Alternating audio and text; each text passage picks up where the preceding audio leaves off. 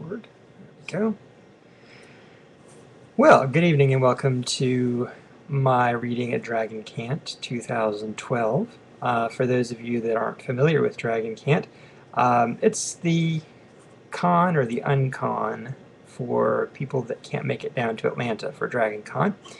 Everybody's doing, I say everybody, a lot of people are doing readings. We're going to be doing a panel on Monday at 10 for Fly Island Press. We'll be joined by Dave and Brian of the Roundtable podcast, so it'll be a Round Galley Table podcast, panel on pitching stories. So hopefully that'll go off well, and that'll be 10 a.m. Eastern Standard Time on Monday. I'm going to be reading a weird Western that I wrote the first draft of a number of years ago for an anthology. Unfortunately, the anthology either didn't pick me up or didn't make it to print, and I'm not sure which, but in any event, they didn't buy my story, so I have this available on Amazon and Smashwords. This is my most recent work that's been put on those and put in those outlets, and I really kind of enjoy it. So without further ado, we have Powerful Spirits by Scott Roche for Dragon Cant 2012. Uncountable interlocking rings covered the bar's oak top, creating a series of mandalas down its length. Josephus wiped it down, preparing the place for the influx of customers. It was more like a trickle these days, though, with all the Chinese settling in this part of San Francisco. Opium dens were more their cup of tea. He chuckled at his own pun. The clock tower chimed at the beginning of the lunch hour, and as always, old Doc strode in and took up a seat. Silver blonde hair streamed out from underneath an old dusty cowpuncher's hat. Joe took the bottle down from the shelf behind the bar and poured 4 fingers of absinthe into it. He slid the old man a water pitcher and a bowl of sugar cubes. As always, the bartender watched, fascinated, as Doc went about the ritual of preparing the drink. The emerald green liquor changed to opalescent white as he poured the water over a sugar cube held by the spoon he always brought. He slowly drained the glass and sat it down on the bar gently. "Thank you, Josephus. Fine as always." With his hand placed on the seat beside him, Doc waited on Joe to complete the next phase. Joe smoothed his short but immaculate black handlebar mustache and placed the checkers board on the bar between them. They had been doing this for as many years as the man had owned the Baywater. "So what's the good word today, Doc?" "Chin Lao says the dragon will eat the city soon." "Well, now that's bad news for us, I guess."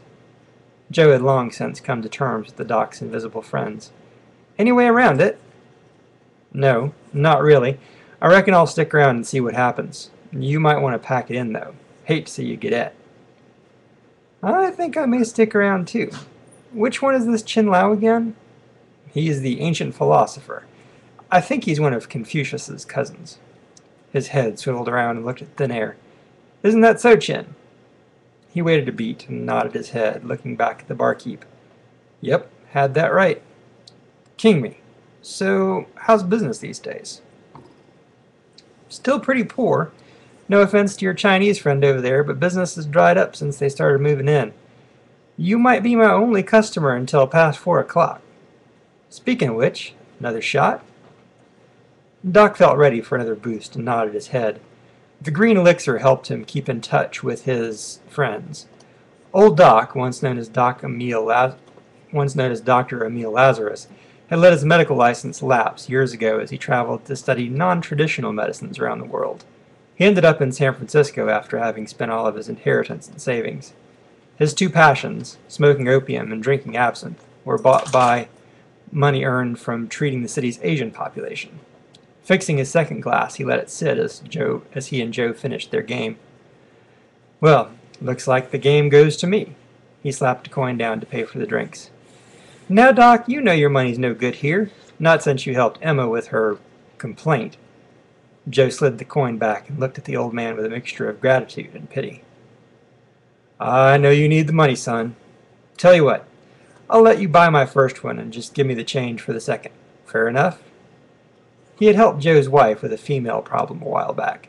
Those damn leeches had wanted to bleed her and give her sulfur. Some simple herbs had taken care of it easily, and he knew she would be pregnant again soon. No, I'm serious. You take that woman of yours away from this place for a while. I may be crazy. I may be a crazy old coot, but I know something big is coming. I'll think about it. The change slid across the bar, and he watched as Doc pocketed it and put his hat back on. The door swung open and shut as the old man left, and Joe went back to wiping the bar. The streets bustled with the broad mixture of races who called this city home. None of them paid any mind to the old man who walked by himself and talked to thin air in Cantonese. I wish I thought I could really warn people. It would help if they could see what I do. A voice drifted from the puff of vapor shaped roughly like a Chinaman stooped from old age. People believe what they will. This has not changed since eternity past. Even you do not listen to your own advice. The spirit shook his head. You should go too, old friend. Go? Where is there to go when I have seen all there is to see in this great world? If it is the will of the universe that I get eaten by the celestial dragon, who am I to say no? He slowly shook his head, the weariness painted on his face. No, I will stay. Perhaps our spirits will always be in this place together. I would enjoy that. You are good company. A Westerner who can see the spirit world and speaks the tongue is a rare one.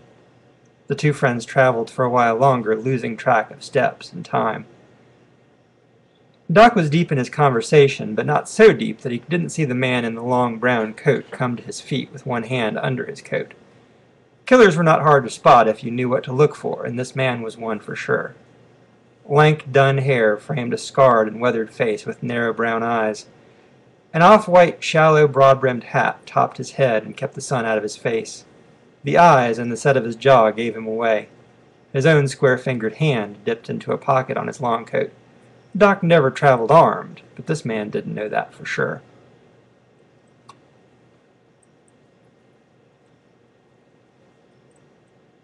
Black Bill stopped about 10 feet from the old man, and the path between the two cleared miraculously. Hey, old-timer, let me put you out of your misery. You're walking around growling to yourself like a crazy old dog.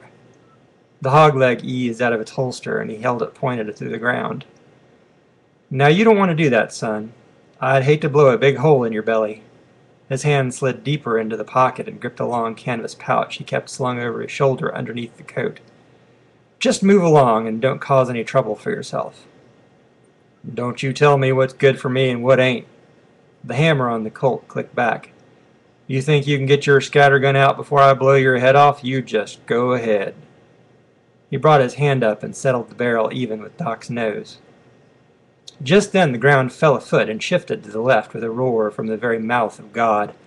Bill's gun went off, but Doc had fallen to one side. The bullet went through the wall of the Emporium behind him. Glass broke and fell in thick shards, raining down on people who stumbled around yelling. Adrenaline poured into his bloodstream, and he moved with a speed that belied his years in spite of the pitching ground.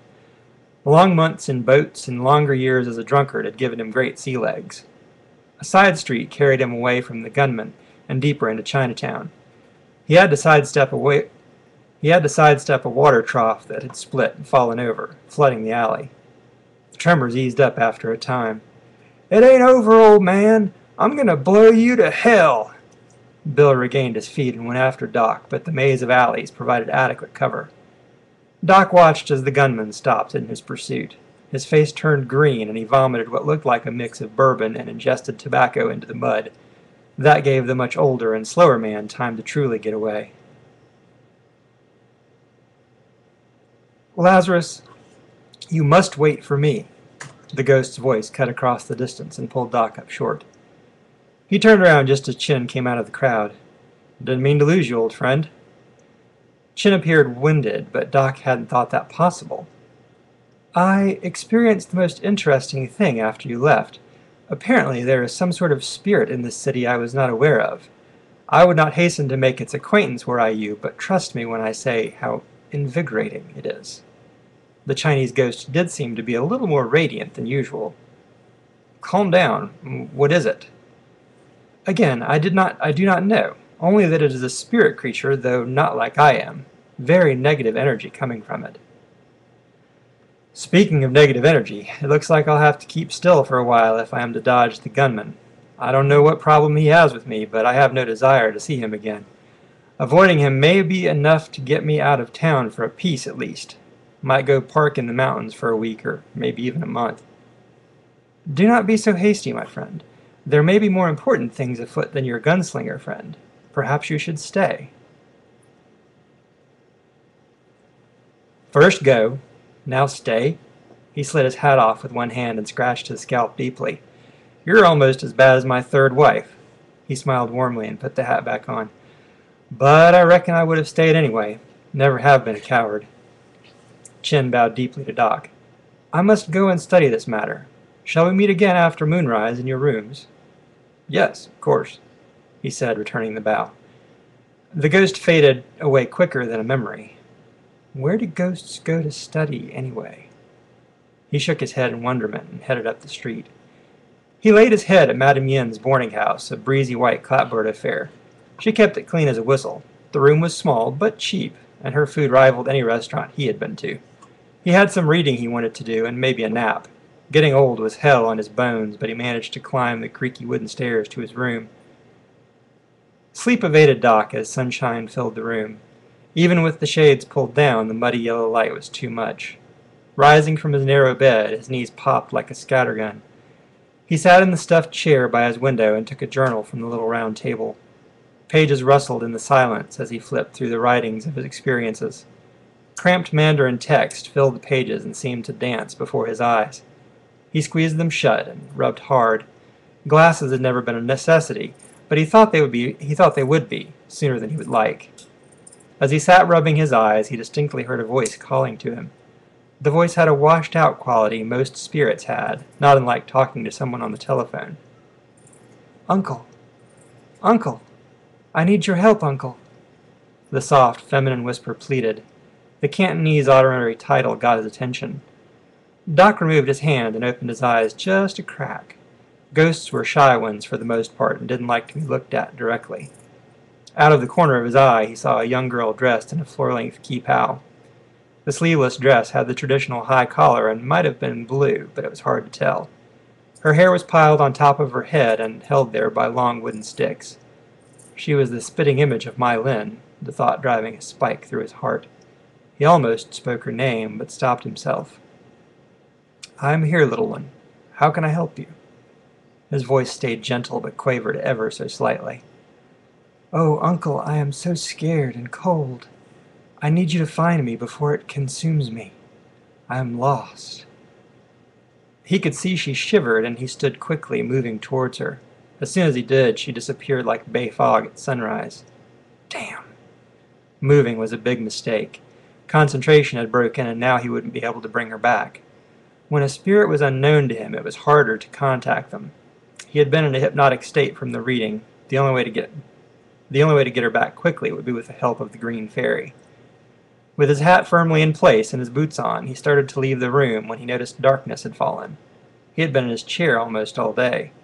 There was a chance he'd run into the no-good cuss who had tried to shoot him earlier.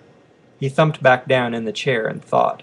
The odds probably weren't really very high. The man was rotting his brain with cheap whiskey by now. Besides, even if it wasn't Mai Lin, it was somebody's daughter, and her spirit was troubled. His mind made up, he headed out the door with renewed determination. Before long, he saw the Baywater, an island of light in the scummy, weed-choked sea. The damage from the earlier quake had been cleaned up, and people were back to their usual carousing. In spite of the business woes Joe had talked about earlier in the day, the place seemed to be lively enough. Music trickled from the old piano in the corner, and drunken song tried to keep up. The crowd was a mixture of Chinese and whites, a volatile mix which made Doc hope he could conduct his business quickly and depart. He walked to the bar, making eye contact with no one, and waved the barkeep over. Joe, the usual, as you please. Joe's eyes widened in surprise. Good evening, Doc.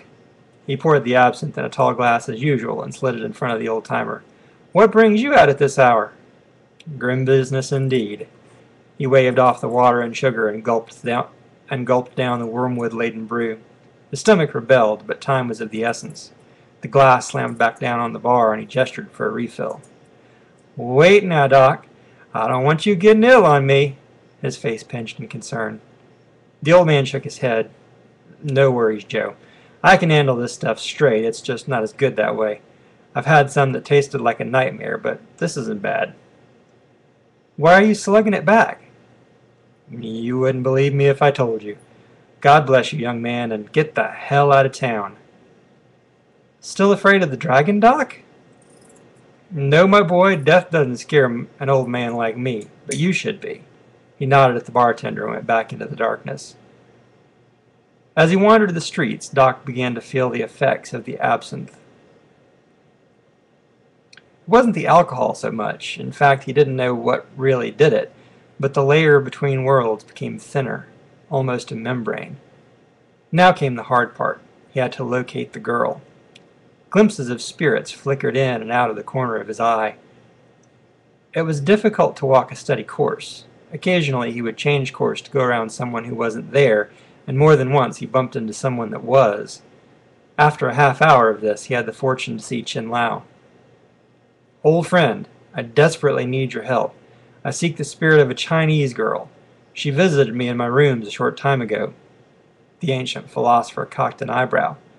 "I'm afraid your description does not narrow it down sufficiently. There are many ghosts of my countrymen and women in this city, and I have not met them all." "Well, she was about 12 or 13, and her dress and manner of speaking was Qing Dynasty, certainly. She complained about the cold. I'm guessing she's a recent member of your esteemed circle. Does that help?" "Actually, it does. There is such a one as you describe. I have seen her near the waterfront. I came to tell you I have discovered more about the manifestation I experienced earlier today. It does not bode well. With more research, I may be able to find out how to make it go away.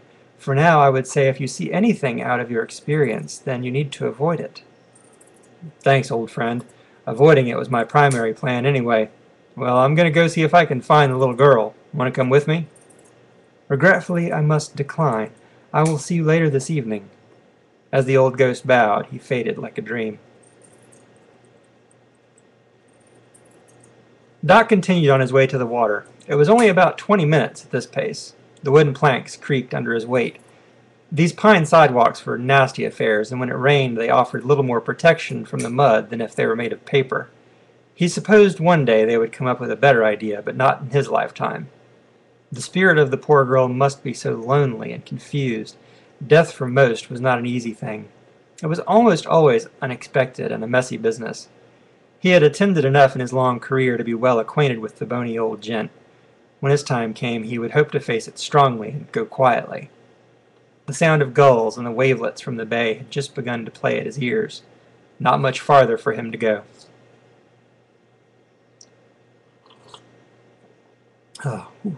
Hope the sound quality is okay so far. I know there are ads to put up with.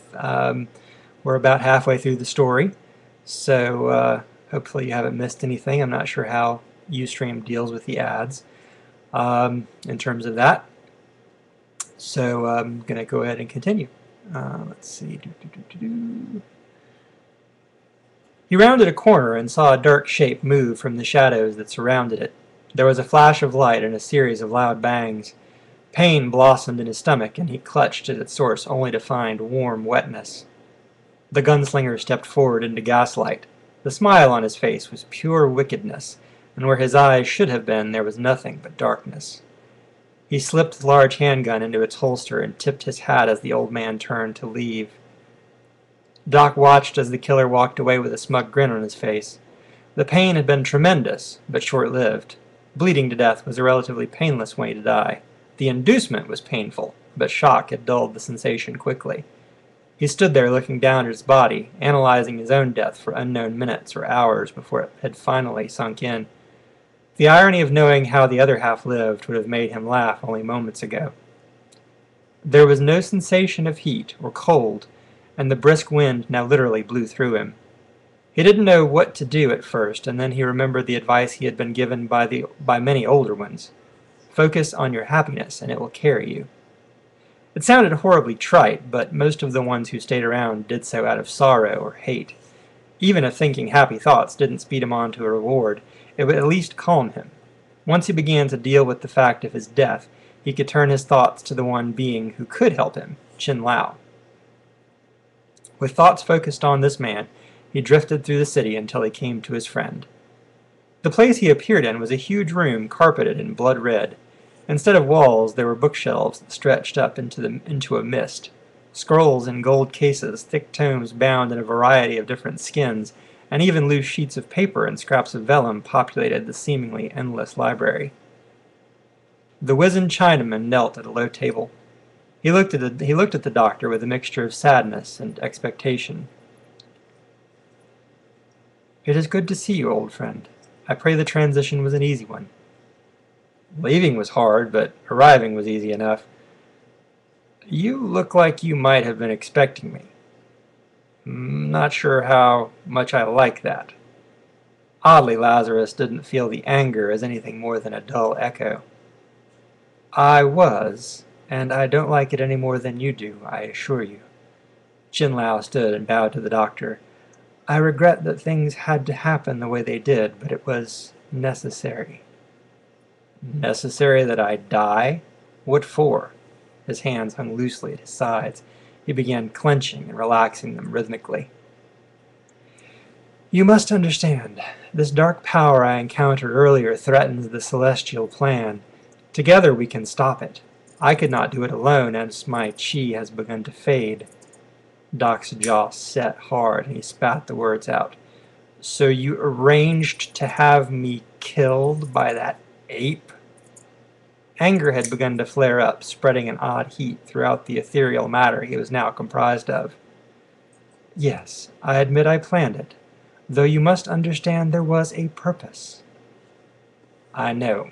As you said, only we can stop this thing, and you thought more of your celestial plan than you did of our friendship. You let your beliefs overshadow the importance of a person's life, my life. When I became a doctor, I took an oath to preserve human life at all cost." "I understand. I took no such oath." "True enough. Well, let me say this, Qin Lao. The only reason I am still here is because of my oath. If you say I must help defeat this evil, then I take you at your word. Perhaps by doing this, I will be saving lives." "Most assuredly." "Let me finish. I would have sacrificed my life if you had asked. Just told me what was required. Now my only motive in working towards this end is saving these lives. If we are successful, though our spirits may wander this earth for 1,000 years, our bond of friendship is dissolved." Dull fires flickered in the pits of his eyes. "That would be a tragic loss indeed. I greatly cherish our relationship and did only what I thought was necessary. I realize I have dishonored you greatly. Perhaps there is nothing I can do about the error now or ever. If I am correct, then my essence will be snuffed out like a candle at the end. My hope is this sacrifice may serve as a way of restoring your honor to you." Even in his anger, he didn't know how to feel about sending his friend into oblivion. He shoved the emotion aside violently in favor of action. "Enough talk. What do we do now? What's our next step?" He squatted beside the table Qin had been at and gestured at the scrolls the other man had been studying. The philosopher and mystic returned to his kneeling cushion and picked up the great scroll. "According to this, we must confront this force, and I will channel your chi through my being, using it as a magnifying lens. Your energy is more powerful for reasons I don't fully understand, and should be enough to drive this creature away for a long time to come." "Drive it away? You mean we can't destroy this thing?" "Sadly, no. We can only set its plans back. Even the dragon himself could not destroy this force. Perhaps by the time it returns, a more powerful good will find a permanent solution." "If we fail, then what?" "I can only say for sure that this force could grow to endanger everyone in the world. It is hungry for souls, and will not stop until it has no more food. I must also tell you, even if we are successful, then this city is still in danger from the dragon consuming it." "One crisis at a time, please. So, how do we find it?" "If we concentrate together, then perhaps we can feel it." Let us join hands." Doc knelt beside the table and took his companion's frail, wrinkled fingers in his. He was shocked to discover that he could actually feel the other man's grip. Granted, it felt like he wore heavy gloves, but some sensation was better than none. The look on his face told Qin Lao everything. "It is different, this existence we now share, but not so different than the one you left. Now, look into the candle, and I will guide us." A candle appeared just as Doc was about to ask what his friend was talking about. Animals of the zodiac chased each other around and up the black wax cylinder. The flame blazed silvery white, and Doc looked into it and let his mind go. Doc, Qin, stretched out through space, looking for something that did not belong. After an unknown beat of time, he found what he was looking for. An alien coldness moved toward them quickly. Space and time meant little here, but he felt a sense of urgency. In a blink, Lazarus and Qin Lao found themselves back in the study, staring into the candle flame. As their form of consciousness returned, the candle went away, no longer needed. "It seems this thing is on its way to find us. It's sooner than I had hoped, but perhaps it is all part of the plan." "Perhaps? Don't have all the details, huh?" "Unfortunately, no, just the overall picture. Even the higher view is not completely clear to these ancient eyes." "Not very comforting, if you don't mind me saying so, seeing as how you had me killed and all." Doc smiled grimly, but not without humor. Qin returned the smile. "Rest assured, I do know what I was doing in that regard." His expression changed to one of deep sadness, the lines in his face becoming valleys. "And it was a task which carried no joy. If it helps you at all, the man who killed you will be joining our circle soon. Now, we must return to the business at hand." With a pass of his hands, the library disappeared, and they were back on the muddy streets of town. "You've got to teach me how to do that." "I hope I shall be able to, but doubt I will. It is time for us to join essences." He again waved his hands, and this time added chants in a language Doc found maddeningly familiar. It must be an ancient predecessor to Mandarin, but he couldn't be sure. Time for thinking about languages was over as he felt himself being pulled toward the Chinese ghost. At first he resisted, before realizing it was the goal of whatever Qin was doing. After several moments of this, Doc found himself chanting these same syllables and performing these same gestures. When the chanting stopped, Doc wore his friend's long white robes. They fit as though they were made for him, and the ritual had added a green dragon embroidered with the tip of the tail starting at the hem near his right toe, the body coiling up and around his shoulder, and the tongue flicking at the toe of his left boot. He maintained his hat and the other articles of clothing he had been wearing at the time of the shooting. He had no doubt he must make an odd picture. There was no sign of Qin Lao. It was then when he heard the voice in his head. "I am still here. We have merged our essences successfully. I will help guide you when the time comes." "Good, because I think our time is now." A black rip appeared in midair and seemed to shimmer. The apparition Qin Lao had seen earlier in the day hung there. It was hard to believe only 12 hours ago he had been sharing a friendly game of checkers and was now facing off against some sort of otherworldly evil. Not the first time that had happened, but it had been a while. He squared his shoulders and planted his feet firmly on the soil, unsure as to how this was going to play out. Doc watched as the thing began to pulse and draw in on itself. After a moment it began to spread out and form a rough humanoid shape. The stance looked much like his and was familiar enough to anyone who spent time on the streets of this town or any other nearby. "Looks like we have ourselves a good old-fashioned showdown." 30 paces of dusty streets separated the two combatants. Only the smallest amount of light trickled from the gas street lamps, but if there was any living passer-by, they wouldn't actually be able to witness the standoff. The confrontation attracted an audience of a sort, though. Spirits from all over the city had begun to gather on the outskirts of the confrontation, drawn by the conflicting energies. One such had the misfortune of getting too close. Doc watched as a translucent boy belly-crawled towards the monstrous black shape with what looked like a slingshot. Before he got within a dozen yards, a tendril of blackness snaked out and smacked the youth. He screamed, and the scream faded as quickly as the image of the boy. Doc's enemy pulsed after the contact and seemed to get a bit larger. Watching the ghostly youth being absorbed made Doc mad. All of the anger he had felt toward the gunslinger, Chin Lao, and this whole situation flooded through him and released itself from his fingertips. The greenish-white lightning arced from Doc to the creature, and both were caught off guard by it. The Eldridge audience waited as the blackness lashed out with a tentacle and closed the distance between the two. One woman in her late 50s when she passed from consumption reached her fingertips into her thinning hair and pulled at it. Other souls went through the act of holding breath they hadn't needed in years. The tendril was stopped scant inches from its target by an emerald glow. Pain flickered across Doc's face, but he stood his ground. He tried lashing back at the thing with his own lightning, but wasn't sure how he had done it the first time around. "What's happening, Chin? What do I need to do here?" "To be frank, my friend, I'm not sure what you're doing. I've never seen such energies as are in play here. The green aspect is particularly fascinating." "I'm glad you find this interesting." He flinched back as another of the creature's tentacles lashed out and contacted the field again. This time the flash was less bright, and more tentacles began to grow from the black thing's surface. It was no longer even vaguely humanoid, but rather a writhing mass of long, skinny arms. "Meanwhile, this thing is going to eat me like it did the boy. I need to get out of here, but if I do, then it'll get these folks." He gestured at the audience. "Can't have that, can we?" For those of you that are in the audience, no, I'm not playing with scissors. That's actually my wife cutting fabric in the background. It's okay. Let's see.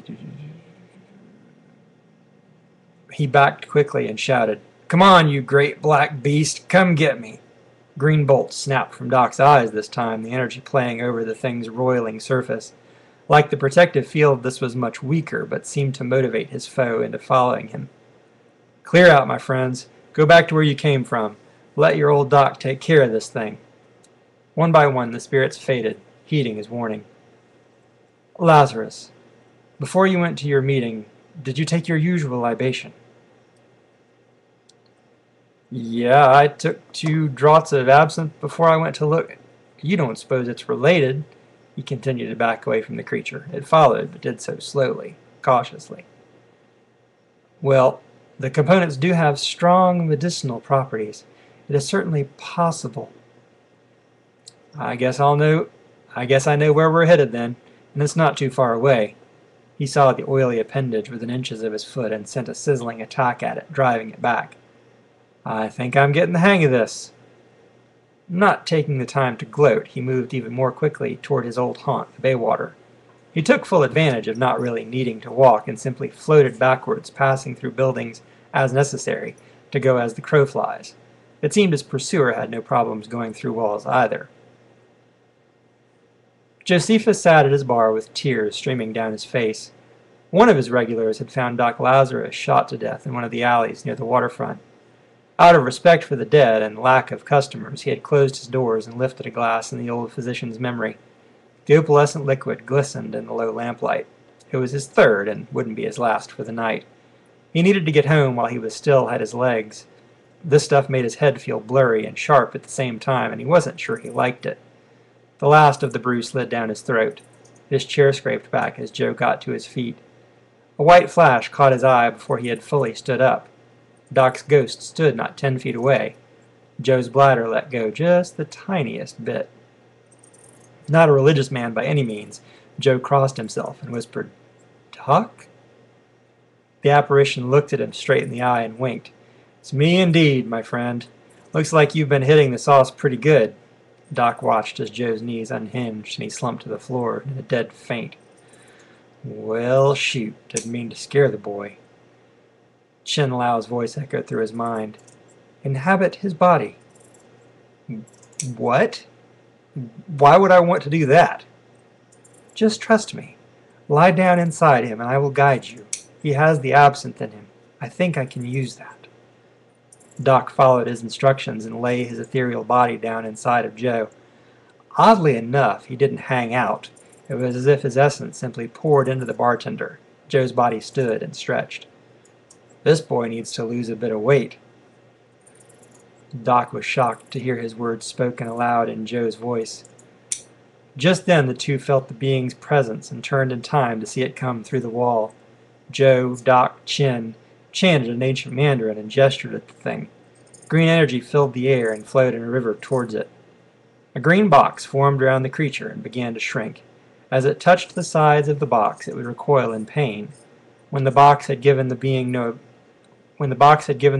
ability to move without touching some part of it, it vanished. Did we kill it? Doc asked. No, but I believe we drove it away. I am not sure as to where, but my feeling is it will bother no one here for a long time to come. Well, it is time for us to leave this man to his business. We have other problems to find solutions to. True enough, old friend, true enough. And let's call the slate clean. If you hadn't killed me, that thing would have run rampant.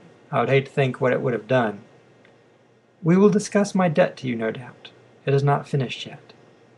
Josephus lay down on the floor, and the shimmering white form stood up out of his body. Doc floated slowly through the far wall and into the night, new adventures and discoveries awaiting him. And that's Powerful Spirits. I really enjoy westerns, and so I'm actually working on some more westerns in the background, so to speak. And I have a hunch that I'll probably be playing with Doc and Chin Lao.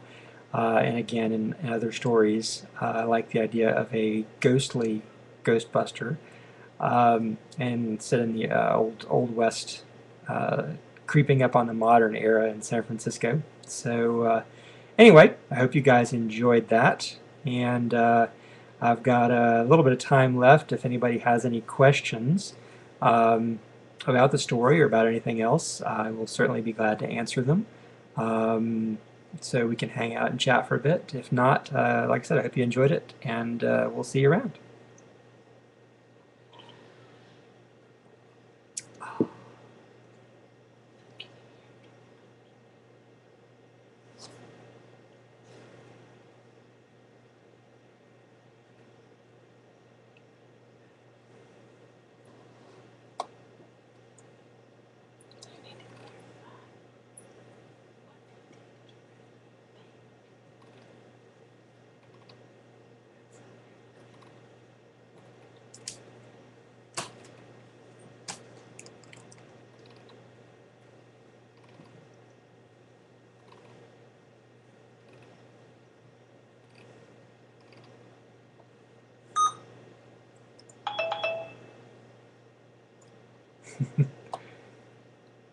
Yes, it is available as an EPUB. You can get it at Smashwords. If you go to my Smashwords library, then you can get it there in a variety of formats. And if that's how you roll, it's also available at Amazon if you're a WhisperNet junkie. So. My wife said I needed to describe a little bit more about what happened to the thing. So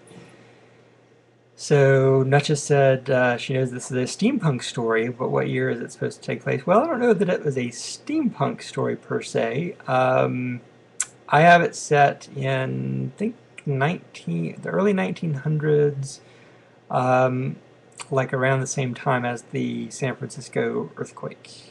The Great Earthquake, which I think was in 1906. So it's right at the tail end of the Old West and right at the beginning of sort of the more modern era. Yeah, Nobilis G Plus next time. I've had some bad experiences with G Plus and sound quality, so that's why I opted not to do it for this evening's reading. And Hugh, yes, it is definitely going to go in the Omniverse. I actually have somebody who wants to read this or who's going to read this. I'll put this video up and may use the audio that I recorded in the Omniverse, depending. But anyway, it's definitely going to be going up there. So for sure.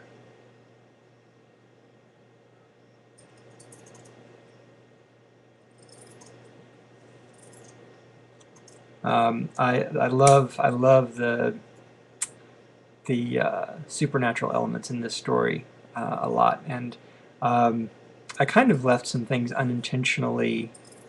Kind of left some things intentionally unexplained because the nature of the beast and the nature of the joining of Chin and Lazarus is new to them both. So I wanted to leave some unanswered questions. Reason that I have a couple of absent stories, Lulu. She asks, do I drink it? I haven't. I would like to try it, but I understand it tastes a bit like licorice, which is not my favorite flavor experience.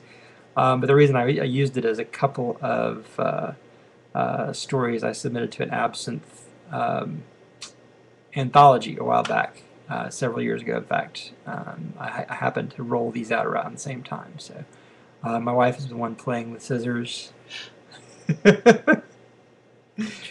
It's a very sensitive microphone, so it's quite all right. No, she actually doesn't let me play with scissors, so yeah, I'm not allowed.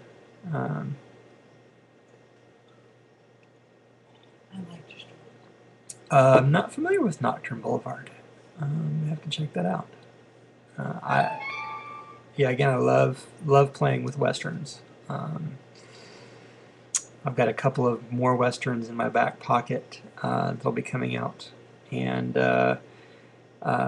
it's that whole frontier thing that Firefly plays with and the westerns play with that I think really I like the unexplored nature of the world, and I really like the end of the Old West. One of my favorite John Wayne movies is The Shootist, and it deals with sort of the death of the gunslinger in the face of the new modern world. So.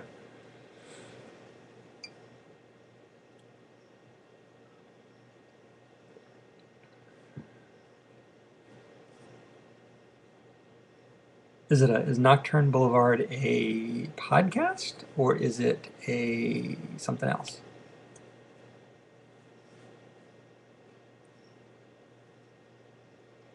And there's a little bit of a lag, probably 2 minutes, something like that. How much more gunplay will be in the series? In this particular series of stories, probably not a lot. Because ghosts aren't typically affected by guns. Now, in the other westerns I'm working on, particularly the sort of the western that Tech actually read and critiqued for me, lots of gunplay in that. In fact, I've seen some guns recently on Pinterest that I need to run by you and that I'll be using later in the story that you've read. 19 Nocturne Boulevard. Okay, I've heard of that now that you mention it, and we'll definitely be checking that out at some point. I'm supposed to be interviewing a person from that venture for the secret project at some point. So yeah. So I apologize, Tech, that there wasn't enough gunplay in this particular story.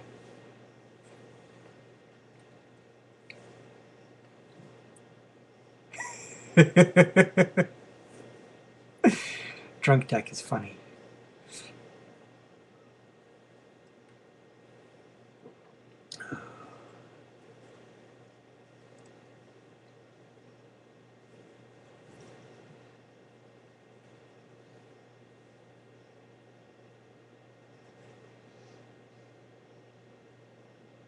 Cool, I will definitely check out the link. I'm assuming that's a link to 19 Nocturne Boulevard.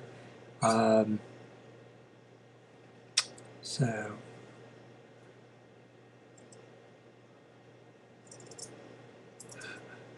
I know how much Tech loves his guns, so that's why I apologize. I also like to have lots of gunplay. Am I going to write any prequel stories of Lazarus traveling the world? I really would, and it's one of those deals where if people want that, then they should absolutely ask those kinds of questions. I really like Lazarus, the character, and I referred to a lot of things in his past that I think would be interesting to play around with. Yeah, so the answer to that question is I would love to. If you want to see it, then definitely let people know about this story and tell them that they need to buy this story, and uh, if there's interest, I will definitely be putting that out. I've got a lot of irons in the fire. So yeah. So many characters running around in my head that I want to write about. One of these days I'll have the time to get them all out on paper. Only if you wear a t-shirt advertising your books. So my wife was playing around with making t-shirt designs for me earlier in the evening that incorporated my my book covers, and I told her I probably wouldn't wear it just because I'd feel a little weird wearing a shirt with covers of my own books on them. But I will be making a magnet available later in the, I guess, early next week through my Zazzle page, and that have cover, and that's something I would definitely feel good about putting out there. So.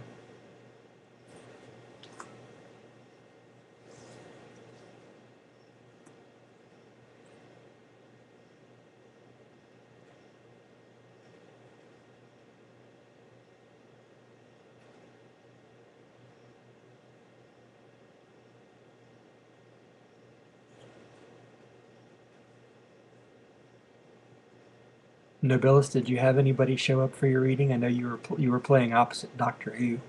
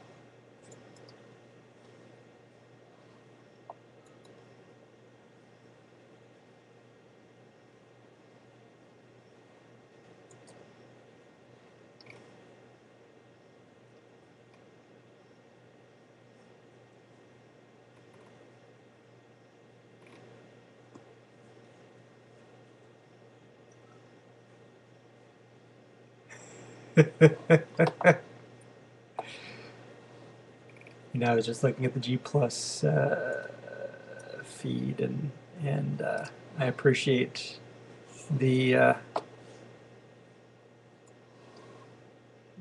sentiments expressed there. Although I feel odd that Tech wanted a hug, because well, that's true. He's a hugger anyway. So anyway, well, I'm glad Nobilis had a full house, because I know he was concerned.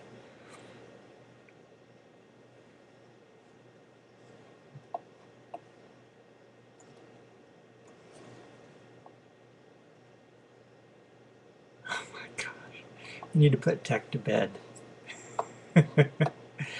Well, folks, I want to thank you for showing up, and I'm glad you enjoyed the story, and I hope you enjoy the rest of Dragon Cant. Remember, we are going to be doing a Monday morning thing for Flying Island Press.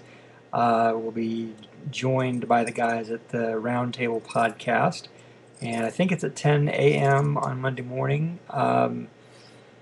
And hopefully that'll work out, and that should be done via Google Plus, so there'll be opportunity to have a hangout over there, and hoping that the bandwidth gods will be agreeable to that. So anyway, thanks, and we'll see you guys throughout the weekend for other Dragon Cant events. Now stopping